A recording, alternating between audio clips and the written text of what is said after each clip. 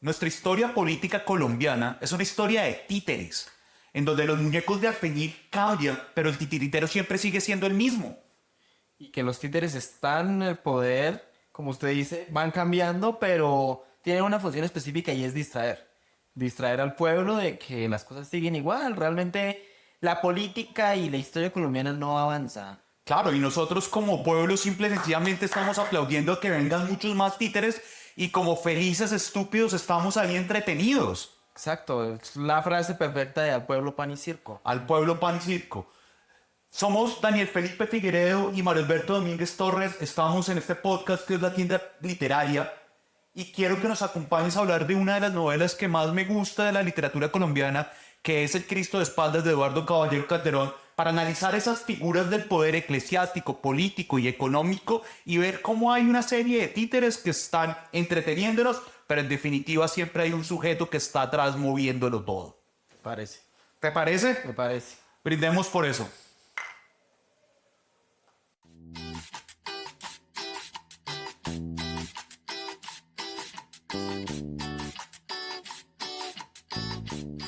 Entonces, vamos a estudiar estas figuras de los muñecos del Feñique a través de las tres instituciones: la institución política, la institución económica y la institución religiosa, en esta novela que es El Cristo de espaldas de Eduardo Caballero Calderón. Pero yo creo que nuestros espectadores en China están pidiendo que saber un poco más de qué va esta historia. Daniel, cuéntanos. Bueno, pues el Cristo de espaldas, a grosso modo, es un cura joven, un cura de seminario, recién ordenado, un gorgojo de libro, diríamos, que se enfrenta por primera vez a la institución, se enfrenta por primera vez a una pastoral, pero que tiene esta idea de yo voy a cambiar el mundo, yo soy el gran pastor que vengo a reformar a este pueblo de ovejas perdidas. Sin embargo, cuando llega al pueblo de arriba, Claro, el pueblo de arriba en un páramo, en una región perdida de Colombia, pero que sabemos que es un páramo. exacto, que parece ser el pueblo más lejano de la diócesis y demás, se encuentra con una realidad distinta. Se encuentra con una situación política complicada, Sí. dinámicas del poder completamente distintas a las que podríamos ver en Bogotá hoy en día o las que se veían en ese momento. Y se encuentra además con que lo último importante, por raro que parezca en la historia colombiana, es la iglesia o el cura. El cura es bueno en la medida en que eche bendiciones, pero por demás se encuentra con ese choque que no tiene el poder de cambiar la situación. Y lo gracioso de esta novela es que todo sucede en un momento. O sea, son 4 días. Son 5 días. 5 días los que suceden. Y esto es una locura. Este cura se le escapa todo de las manos.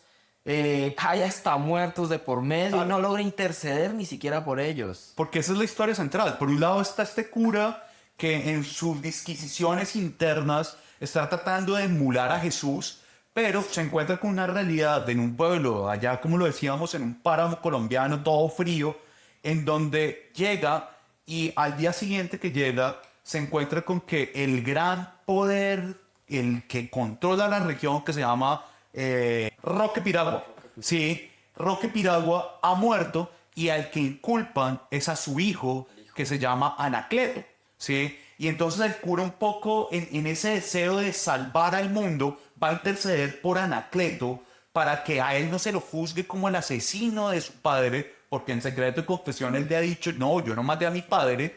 Y en ese orden de ideas, lo que nosotros vamos a ver es una suerte de novela un poco detectivesca, en donde lo que va a hacer el cura y un poco las otras instituciones es tratar de buscar quién es el responsable y por qué el responsable fue el que mató a Roque Piragua. Exacto, sí, que hay una búsqueda de quién es el culpable, pero también está el reflejo de que a las instituciones no les conviene saber quién es el culpable. Entonces, están las partes de abajo, el pueblo, el cura, queriendo saber la verdad, pero están las instituciones desde arriba dando otras órdenes. Y ahí es donde precisamente podemos empezar a ver el primer tema de estos títeres que vienen desde ese poder político. Y creo que ahí deberíamos hablar por lo menos de dos personas que son fundamentales. Por un lado, el alcalde. El alcalde, Y del otro lado, El contador. mi querido notario. el notario, sí. ¿Tú cómo ves esta persona del alcalde? Cuando empezamos hablando de títeres, yo veo al alcalde como el títere perfecto. Este ¿Por qué? sujeto parece no tener poder, tiene el título de alcalde, pero por demás, este sujeto obedece órdenes de arriba. Evidentemente señor. estamos hablando de una Colombia en la que manda el partido. El que Sí. esté liderando en ese momento es el que manda.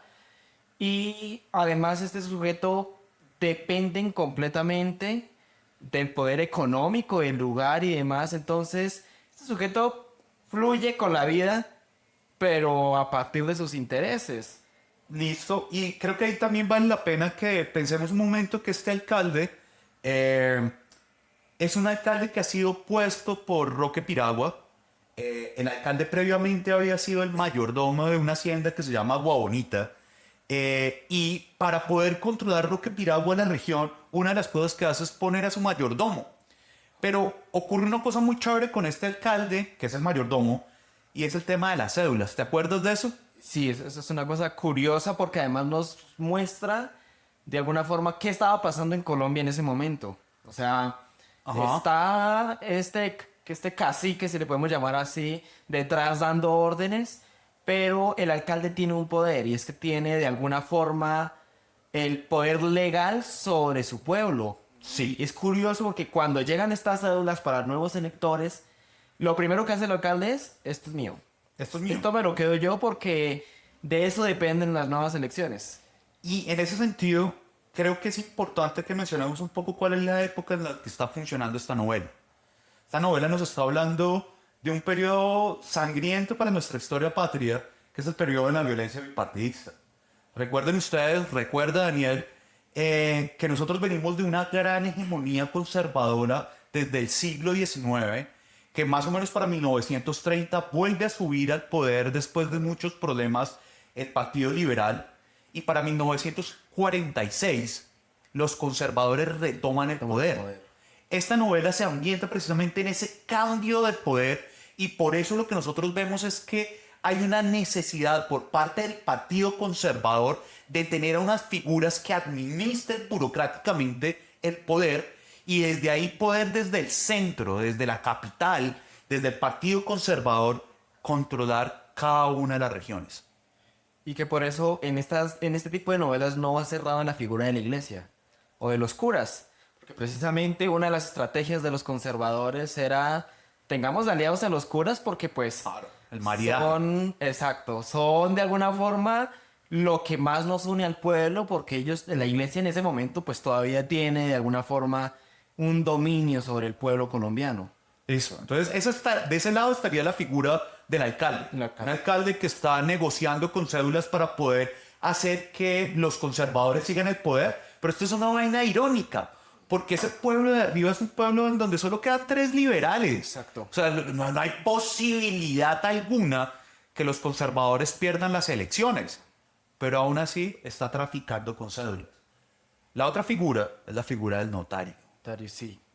Un hombre más inteligente, diría yo. ¿Por qué lo dices? Porque este no es solo un títere, sino este sujeto piensa en su futuro, piensa en, bueno, si de acá no puedo agarrar, de acá seguro me aseguro, puedo asegurar algo. Sí, este notario es una suerte de llave, un tipo que está tratando de inmiscuirse ahí en el poder, manipularlo todo, moverlo, simple y sencillamente para poderse salir con la suya. Exacto. Recuerda, Daniel, que este notario es un tipo particular porque la noche previa al crimen, Anacleto, que es el hijo legítimo de Roque Piragua, ha llegado al pueblo para vender la tierra que el padre le quiere quitar.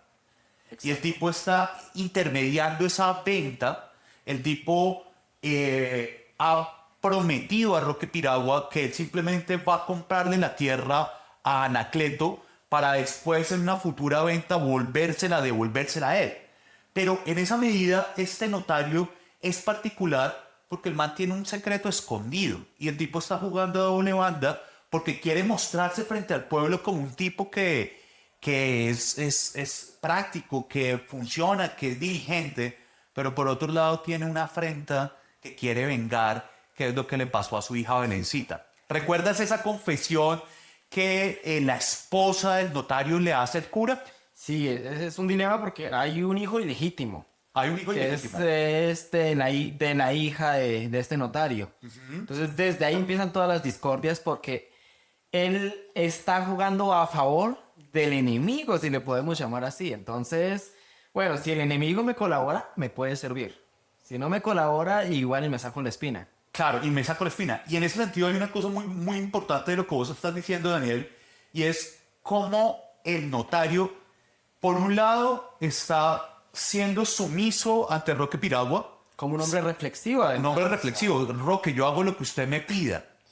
Pero por el otro lado, está actuando a escondidas de Roque Piragua para lograr llegar al poder que Roque tiene. Que todo es una artimaña, porque casi todo lo que hace este sujeto sucede o en la noche o con el sacristán, que ya tocaremos El ese tema. caricortado, sí. Caricortado, que son sujetos que están por debajo de cuerda, que no hacen ruido frente al pueblo, y este sujeto es muy inteligente en ese sentido porque no necesita hacer espectáculo para lograr hacerse su camino. Listo. Y no solo no necesita hacer espectáculo, sino cuando él quiere vengar esa afrenta porque Roque Piragua no reconoce a la hija que tiene con Belencita, el tipo lo que quiere precisamente es vengarse. Y precisamente una de las cosas que nosotros podemos ver hacia el final de la novela con la confesión del Caricortado es que el Caricortado es el verdadero asesino de Roque Piragua. Pero el tipo simplemente es el que pone el arma y el que clava el puñal. Pero él es el actor material, no el actor Exacto. intelectual. ¿Sí sabes quién es el actor Sí, intelectual? Sí, el caricortado técnicamente es un justiciero. Es otro títere. Es otro títere. Un títere movido por otro títere. Sí. Que además se mueve por la necesidad, porque pues, es un Completamente. sujeto que no tiene casa, no tiene nada. Y no tiene nada. Entonces, pues él hace caso. Además que es despreciado, casi todo el mundo lo desprecia. Y además tiene por esposa o amante una que le dicen la boba. La boba. Sí. Y en ese sentido, esa figura que encarna el notario podría llegar a ser el actor intelectual de la muerte o el asesinato de Roque Piragua. Y aunque no lo dice textualmente, pero es más que entendible. O sea, que el caricortado de repente aparezca en mitad de la noche en la habitación del notario, que tenga tanta cercanía con la esposa del notario, Sí, señor. que sea el confidente del notario. ¿Quién podría ser más que alguien que quería esas tierras? Claro. Y lo interesante de estas dos figuras de las que venimos hablando, la del alcalde y la del notario, es que aunque son las figurillas de Roque Piragua, están tratando de escalar en el poder. Exacto. Y por un lado, el alcalde, a través de las cédulas, lo que busca es el poderse reelegir y empezar a tener como una propiedad, ser él el que manda. Y por el otro lado, lo que está haciendo el notario es poder él ser ahora el director del Partido Conservador. Y obviamente a ambos les conviene la muerte de Roque Piragua. Entonces, por eso un buen lector, un lector de novela de detectives y policíaca, puede ver que el verdadero asesino es la unión de estos dos sujetos. Y que, siguiendo en la tónica de los títeres, podríamos decir que estos títeres están rompiendo sus hilos para asesinar al titiritero. Completamente. Pero creo que en ese sentido vale la pena ahora que hablemos del titiritero, Sí. que sería ese poder económico que está gobernando la región, pero es el poder detrás del poder. No son los representantes, no son estos sujetos del alcalde o el notario, sino es el que está ya tranquilo en su hacienda, acostándose con todas las mujeres que pueda, haciéndoles hijos, a más no poder, teniendo el control económico de la región y simple y sencillamente disponiendo quiénes son los que están en el poder porque ellos son los que ponen el poder. Y que además del poder, a diferencia del poder político, este sujeto no va a sufrir y no va a cambiar nada si están mandando liberales o si están mandando conservadores. Él tiene la plata. Él tiene la plata. Tiene la plata, entonces pues realmente no la dignifica. Precisamente no pareciera que su vida cambiara con tener un hijo ilegítimo, con que exista el alcalde o suba otro de alcalde, porque igual él manda. Él Y manda. que es un juego interesante el que hace Caballero Calderón, de juego de palabras, al ponerle cacique o a utilizar estos términos, Sí, señor. porque nos demuestra que no estamos hablando de una política moderna como quisiéramos verla en Colombia. No es democrática. Exacto. O bueno, es una democracia de papel en donde nosotros que somos el pueblo creemos que tenemos los gobernantes que hemos elegido, pero somos unos idiotas. Y que pues comprendiendo la situación política del momento, tener el dedo pintado del color que no es delicado. Claro, peligroso. me lo van cortando con todo lo que va de aquí para arriba, ¿no? Exacto. Y me van mochando. Pero mira que esto que tú dices de Roque Piragua es una cosa muy interesante, sobre todo porque nos está mostrando cómo lo económico es lo que está rigiendo el control de la región y es el que está poniendo los títeres y es el que está determinando quiénes son los sujetos que están en las instituciones. Creo que es importante que hablemos o contextualicemos a nuestros espectadores algo fundamental y es esta figura del gamonal que en una parte encarna a Roque Piragua y en otra parte encarna Pío Quinto Flechas. ¿Te acuerdas de Pío Quinto Flechas? Técnicamente, o a mi juicio, cuando leí estas obras eran prácticamente el mismo sujeto. Porque ocupan un papel muy, muy parecido. O sea, son sujetos que tienen el poder económico, Sí. que tienen las tierras y que mandan. ¿Y qué manda? O sea, acá no manda iglesia, acá no manda alcalde, acá no manda nadie que no sea estos sujetos que son realmente los que mandan, detrás de cuerdas, porque sus nombres aparecen por ahí, se habla de algunas de sus hazañas, de sus hijos ilegítimos y De sus demás, hijos ilegítimos. pero no tiene un accionar político real o por lo menos visible. Ellos siempre están detrás del telón moviendo las cuerdas. Están detrás del telón moviendo las cuerdas y lo que nosotros vemos es una alternancia de poder. Exacto. Tú dices una cosa de una manera muy bacana. Son dos personas, pero al final de cuentas representan un mismo sujeto.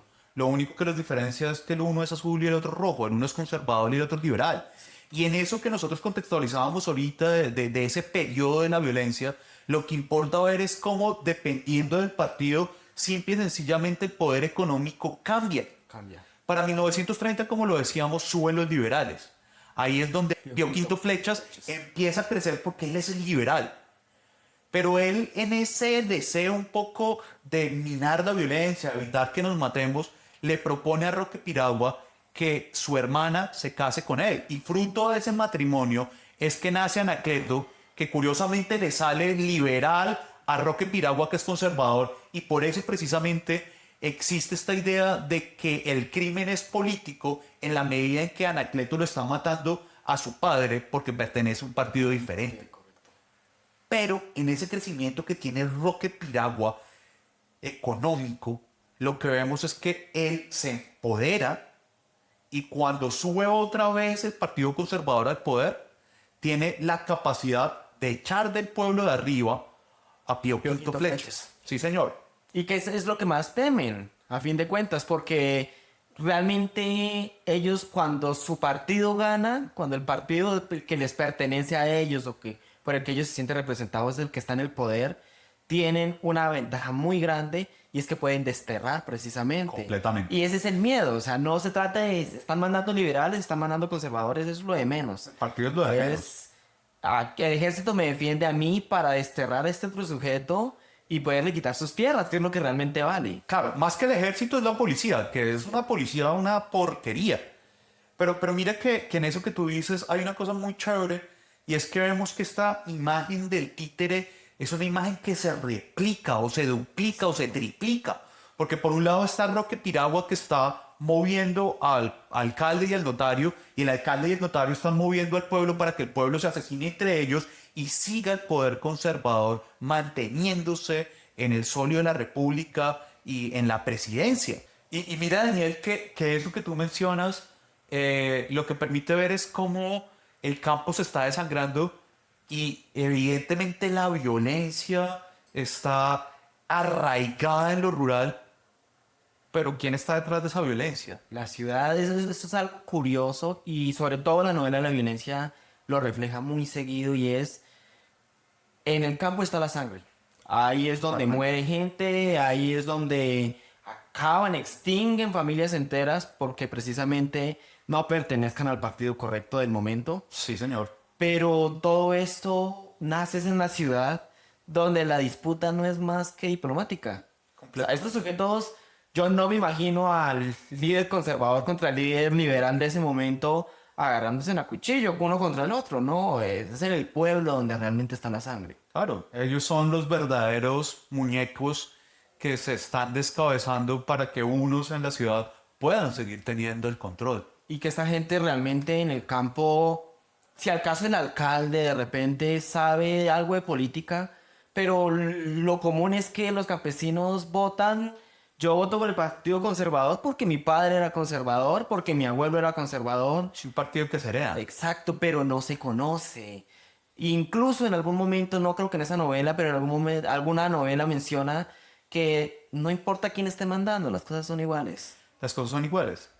Pero en ese marco del que venimos hablando, en donde por un lado están estas figuritas que están mandándonos a matar, por el otro lado está el Gamunal que está comandando completamente esa orquestación de las muertes, hay una figura que es importante en esta novela, que es el cura joven. Cura. Y eso nos permite hablar de ese tercer poder, que es el poder eclesiástico, que quiere cambiar el mundo, pero lo que nos muestra es que el cambio simplemente es de intención.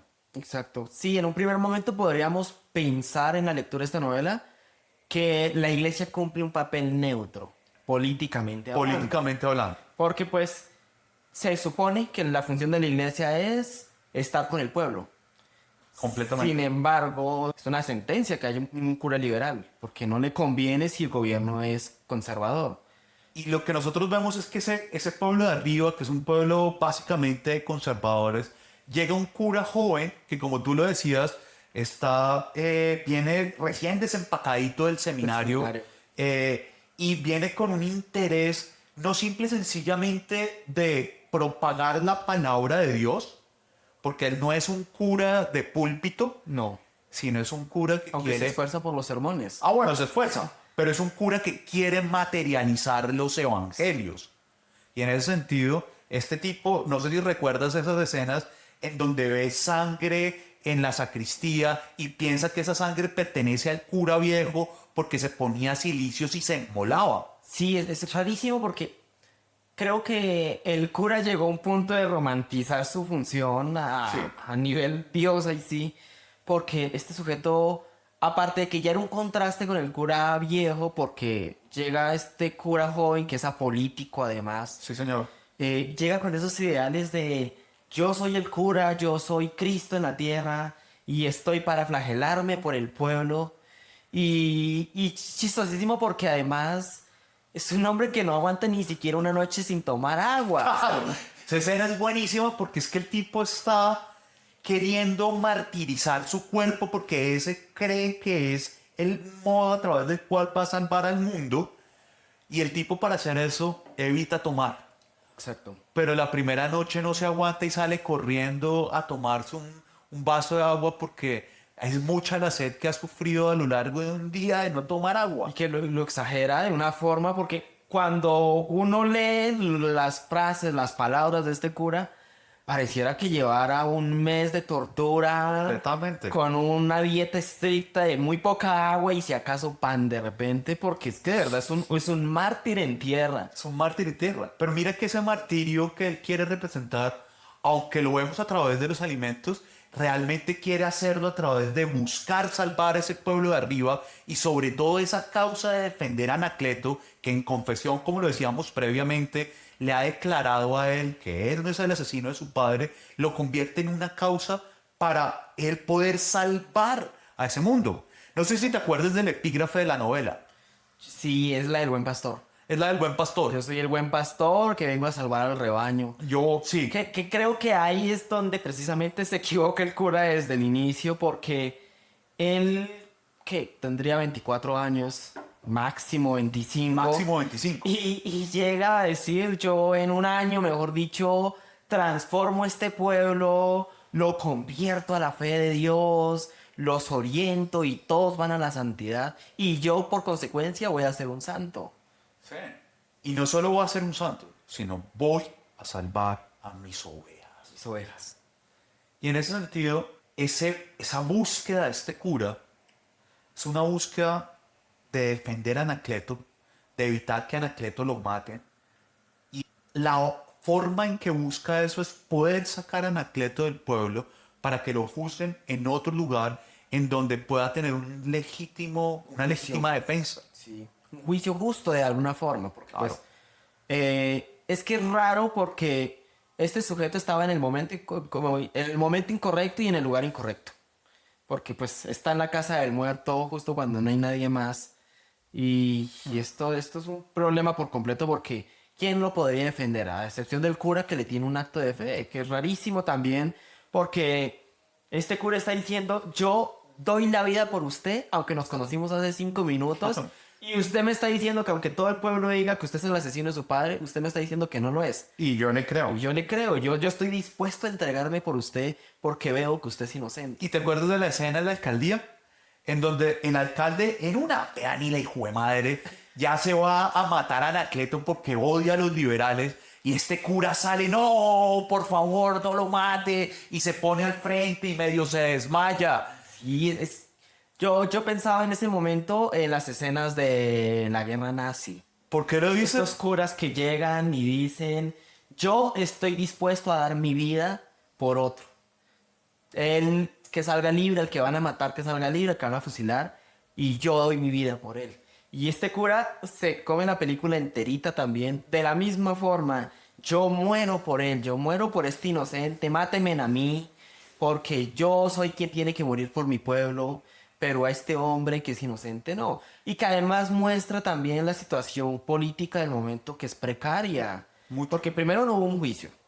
Segundo, lo capturaron de una forma completamente arbitraria, lo tenían amarrado, sin agua, sin alimento, le daban como látigo, yo no sé qué Sí, más le lo hicieron a ese golpean. pobre sujeto. Y uno dice, bueno, esto no sé cuánto sucedió. Y ahí veo no solo la forma precaria de nuestro sistema, sino casi medieval. Exacto. Porque a Anacleto, para poder permitirle irse del pueblo, le hacen un juicio público en donde el hombre tiene que abjurar de su partido y renunciar al liberalismo simple y sencillamente para irse del pueblo y conservar su vida. Y eso es lo que hace que el cura se desplace al pueblo de abajo, el cura joven, y se encuentre con el cura viejo. Y ese diálogo con el cura viejo es vocato di cardenale. Sí, es una cosa rarísima porque uno esperaría, bueno, son compañeros de Sí, profesión, señor. son seres espiritualmente superiores, según ellos, demás, pero lo que se encuentra es un anciano rancio. Un anciano rancio que lo único que está pensando es en tomar, en comer, en fumar y no en servirle a su feligresía. Que ya está cansado. Uy, completamente Porque, cansado. bueno, aunque este cura viejo nunca da luces de que en algún momento tuviera un espíritu revolucionario, tipo Camilo Torres, alguna cosa así, no, nada No. que ver. Este cura iba por la vida. Iba por la vida y es un cura viejo que entiende un poco cuáles son los mecanismos del poder. Porque en esto que tú mencionabas de que el Partido Conservador se alía con la Iglesia porque es al final de cuentas lo que comanda nuestra fe, por lo menos a mitad del siglo pasado, lo que termina es haciendo un maridaje en donde la Iglesia está al servicio del partido y el partido está al servicio del poder económico. Exacto. Y ahí otra vez volvemos a ver esta imagen de los títeres detrás de los títeres. Pero en esto que te decía, también hay una cosa importante y es porque el cura viejo entiende que él simple y sencillamente es una persona que dice sumisa, que confiesa, que reparte bendiciones y que ofrece los múltiples sacramentos. Exacto. Y que obedece.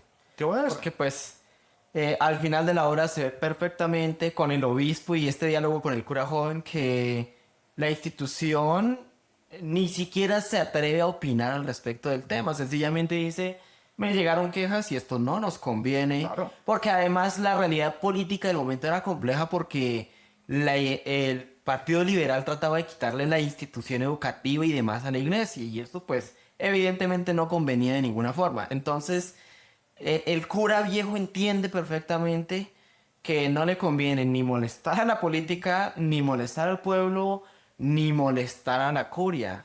A ninguna de las tres porque eso es meterse con tierra caliente. Y eso es precisamente ese diálogo entre ese cura joven y cura viejo lo que le da el nombre a la novela. Porque el cura viejo le dice al cura joven, es que usted se le puso el Cristo de Cristo de espaldas. espaldas. ¿Y recuerdas cuál es la respuesta del cura joven? No, la cita exacta no la recuerdo. Que el cura joven le dice, no, es que fue el pueblo. El pueblo que me dio la espalda. Que le dio la espalda Sí. a Cristo. Y él que se ve como figura de Cristo. Porque Claro. en el púlpito él dice, yo soy Cristo en tierra y yo estoy para guiar a mi rebaño. Entonces, técnicamente, quien me da la espalda a mí, le dio la espalda a Cristo por consecuencia. Completamente. Y en ese sentido, desde lo que venimos dialogando en este podcast, lo que nosotros vemos es cómo hay una serie de poderes en donde lo que hacen es que haya unos títeres que por más que tratan de revelarse a la mano que los maneja, en definitiva lo único que tienen que acostumbrarse es a ese guante, ese molde que les está permitiendo articularse. Y que nadie tiene el poder. Nadie tiene Ni poder. siquiera el que está más arriba, porque si hoy están liberables, mañana pueden estar conservadores. Y quien tenía el poder sobre todo ya no lo tiene. Ya no lo tiene. Ni curas, ni el pueblo, ni la política, ni los que tienen las tierras, los gamonales. Nadie tiene el poder realmente. Todo depende del momento y la situación. Claramente.